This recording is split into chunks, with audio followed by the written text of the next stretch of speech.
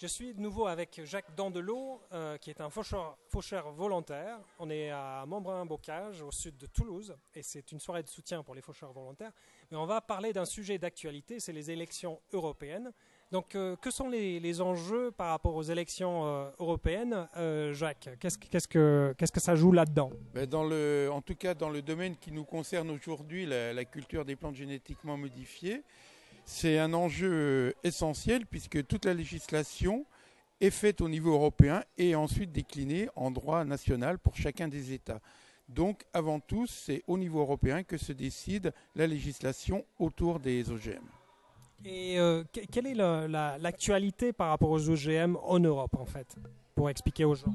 Bien, en tout cas, actuellement, bien que la majorité des citoyens européens soit une très très large majorité contre la culture des plantes génétiquement modifiées, pas d'OGM dans mon assiette, eh bien, en fin de compte, pour la cuisine européenne fait, sans rentrer dans le détail, que c'est effectivement la Commission européenne qui a quasiment toujours en dernier recours la main sur l'autorisation ou non des OGM, aussi bien pour la culture que pour l'importation. Et dans 100% des cas jusqu'à présent, la Commission européenne a toujours dit oui à toutes ces demandes d'introduction, d'importation ou de culture.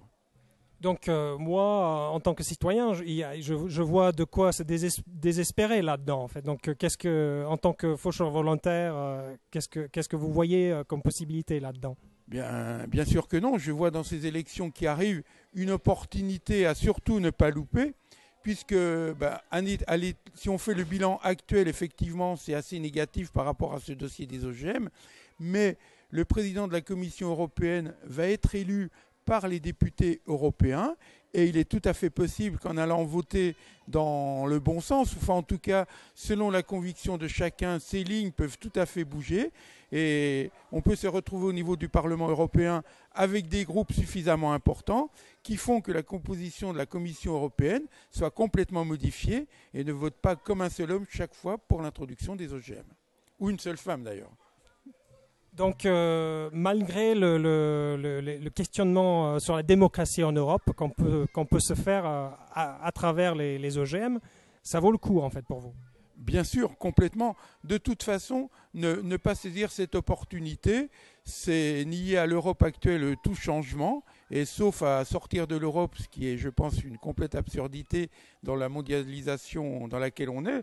Donc ce n'est pas être contre l'Europe, c'est être pour une autre Europe. Et voter, c'est effectivement espérer pouvoir changer cette Europe actuelle pour faire une nouvelle Europe qui convient mieux à chacun des citoyens. Et en tout cas, sur le dossier des OGM, ouvrir le débat et que ce ne soit pas la Commission européenne qui, in fine, dise oui à toutes les demandes.